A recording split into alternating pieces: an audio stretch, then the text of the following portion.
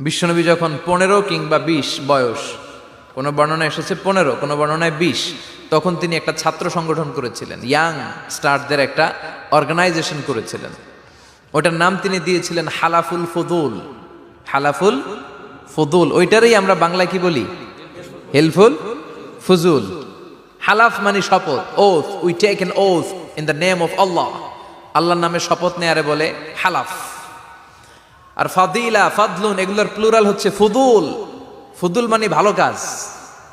ভালো ভালো কাজের উপর বিশ্বনবী যুবকদেরকে একত্রিত করলেন যে মক্কা শহরে কোনো টেন্ডারবাজি চলবে না, কোনো চাঁদাবাজি চলবে না, দুর্বলের উপর সবলের অত্যাচার চলবে না, জালিমের জুলুম চলবে না, হত্যা চলবে না, ধর্ষণ চলবে না, রাহাজানি চলবে না। মক্কা শহরটারে শান্তির শহর বানাতে হবে।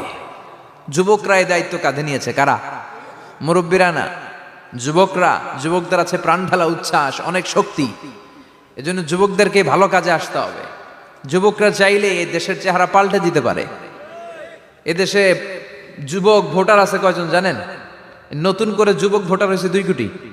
কয় কোটি? 2 কোটি না? Can you imagine that? কল্পনা করতে পারেন? They can change Bangladesh, they can change the face of Bangladesh. তারা 56,000 বর্গমাইলের এই বাংলাদেশের চেহারা পাল্টে দিতে পারে। তাদের অনেক শক্তি। এই জন্য যুবকদের এই শক্তি কাজে লাগাতে হবে। ফেন্সিডিল, গাঁজা, ইয়াবা, হিন্দি সিনেমা, এগুলোর পিছনে দৌড়ানো যাবে, পর্নোগ্রাফির পিছনে ছোটা যাবে। যুবক বয়সে ভয় করতে হবে কারে? চিল্লায় বলেন কাকে?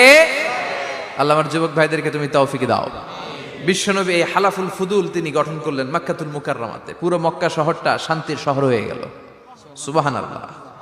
শুকর গুজার হব আল্লাহর জন্য, ঠিক কিনা?